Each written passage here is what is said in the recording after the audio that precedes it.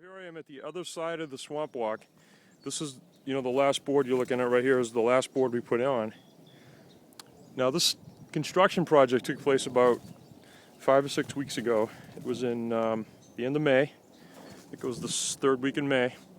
We got together about 15, 20 volunteers, and if you notice how low the swamp is right now, it's about 2.5 feet below the edge of the walk. You can see down there. And when we were working on this is almost dried up right now, but when we were working on this,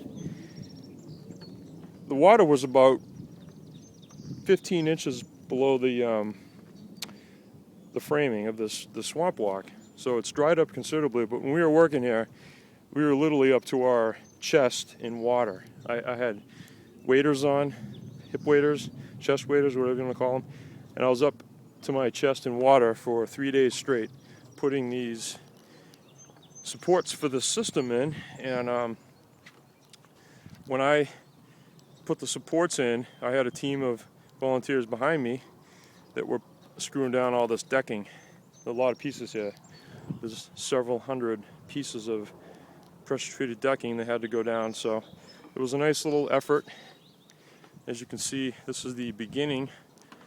The first board we put on was right over here, and that was quite a big deal. It took a couple of years to get this project permitted through the town, through the Conservation Commission, through all the different boards and committees.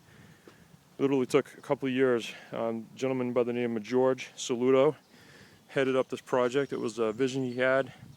It basically connects, if you look up through that trail, maybe 200 feet, there's the rail trail that goes from Wenham, right through Wenham and Danvers. I think it ends up in Newburyport, and it goes south to whenever. Well, there's this huge swamp, which I think is called the Hamilton Wenham Danvers Swamp, or whatever you want to call it. And across the way there's a little bit of an island or a peninsula that juts out, and George had this idea that he'd connect the peninsula on this side, which connects to the rail trail, all the way over to the peninsula that juts out on the other side, so that people could walk the rail trail and then take a little side trip down this little swamp walk and connect over to the other side of the land, which you couldn't access before. There's just no way. This is up to your neck in water a lot of times during the year. Now they can walk through here, see all the wildlife. There's just so much out here. I've been on here 5 minutes. I've already seen turtles, a northern water snake, a ton of frogs.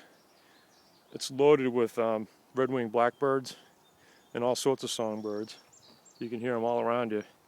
It's such a rich system of wildlife out here that you'd never know about unless you came out here. So that's about it. Wonderful swamp walk that George Saluto headed up, and I'm just proud to be part of the effort. It's quite an accomplishment.